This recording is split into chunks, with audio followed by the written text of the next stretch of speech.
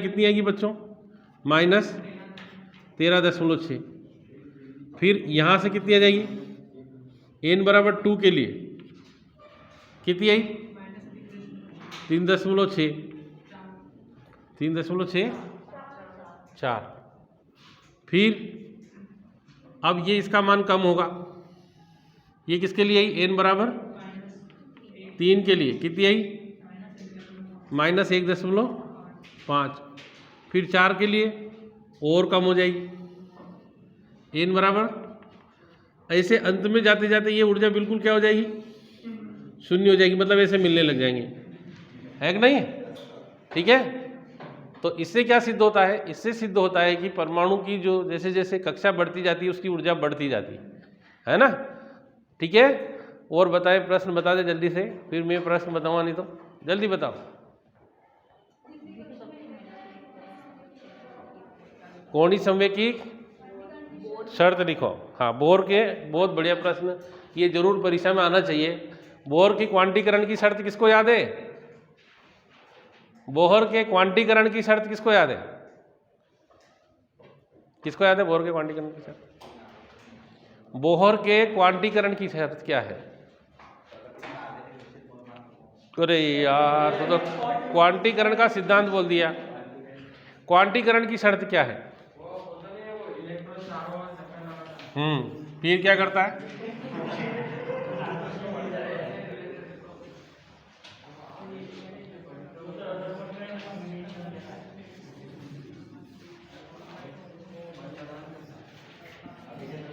देखो इधर देखो, इधर देखो, बोहर के क्वांटीकरण शर्त के अनुसार, बोहर की क्वांटीकरण शर्त के अनुसार, बच्चों यार बात मत करें, शर्त के अनुसार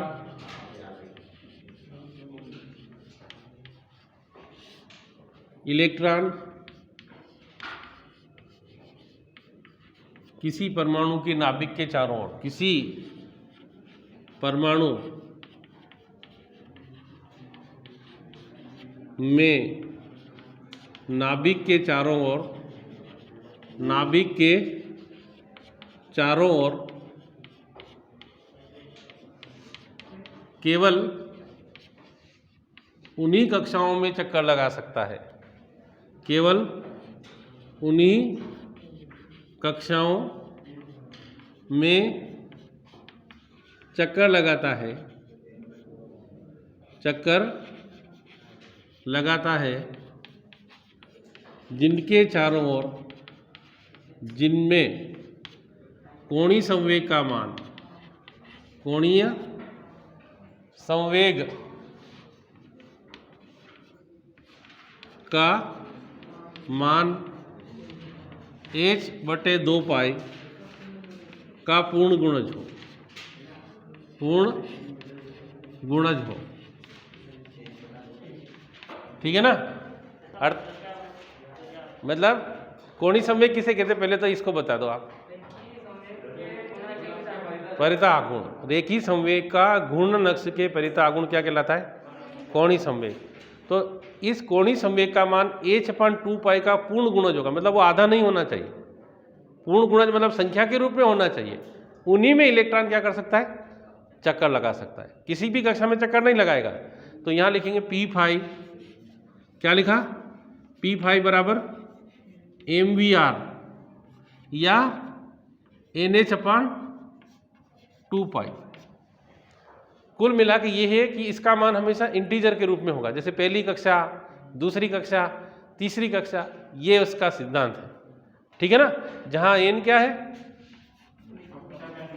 n बराबर संख्या है, और h क्या है, प्लांक नियतांक।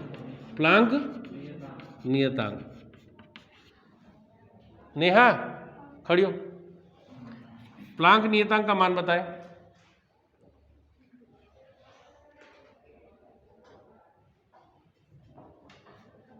विजय खड़ा हो, प्लांक नियतांक का मान बताएं।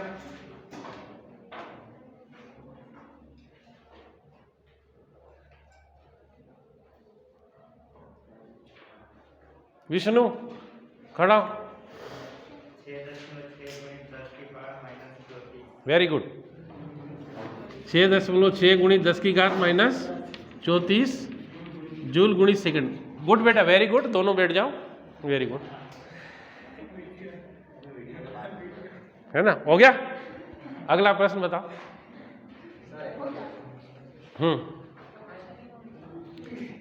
बोहर की क्वांटीकरण की सिद्धांत शर्त लिखो। बोहर के क्वांटीकरण की शर्त लिखो।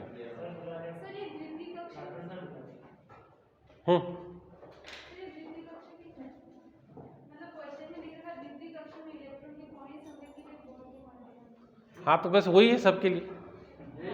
हाँ, अगला प्रश्न बताओ।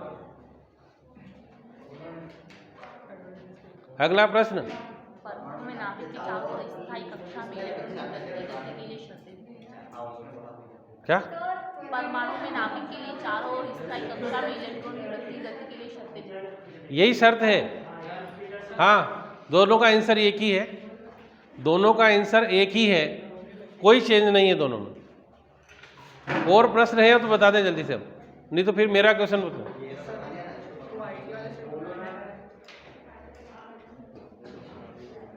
अगला क्वेश्चन बोले जल्दी से।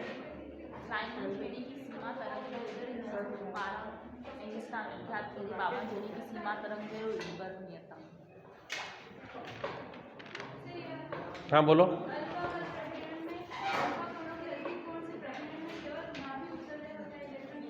हाँ ठीक है, ये इसका पहले इसका क्वेश्चन बता दें।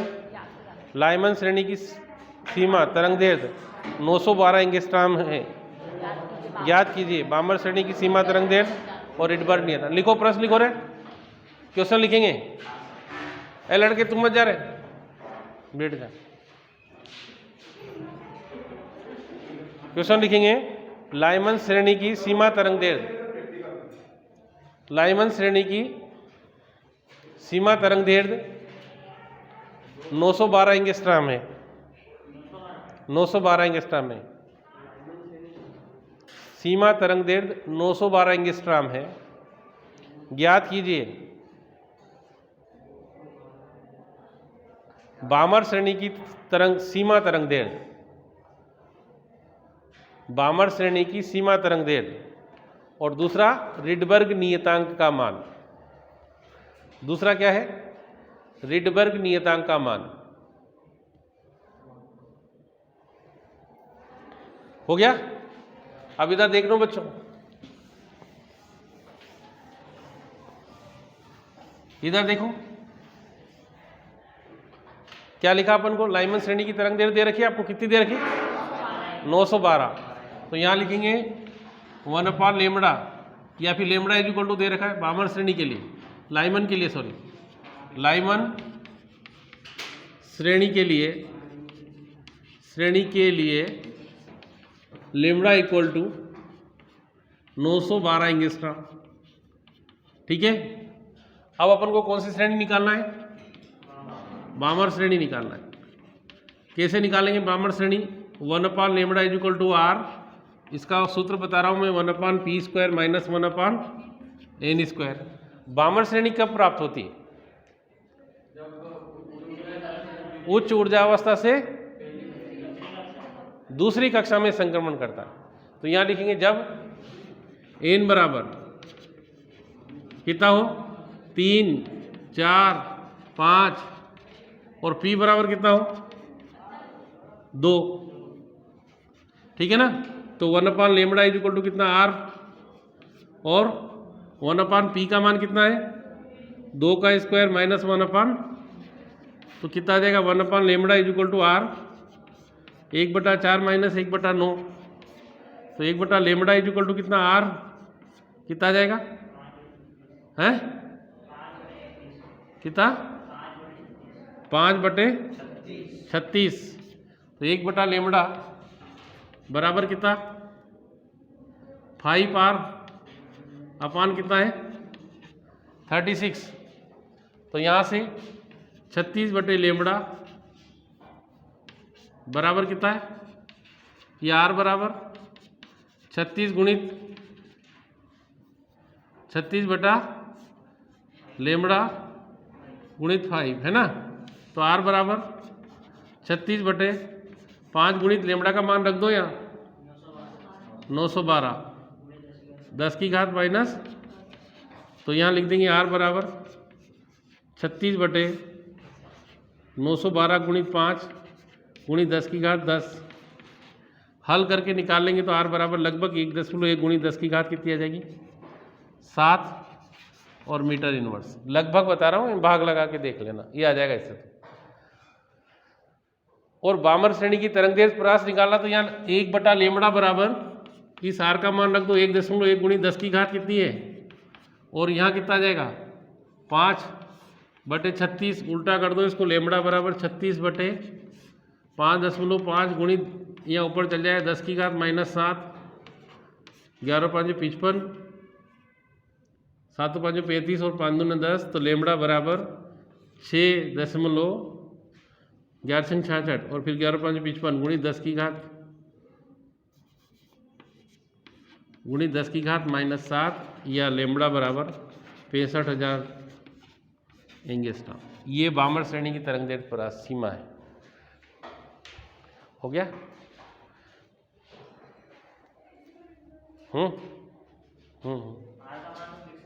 R का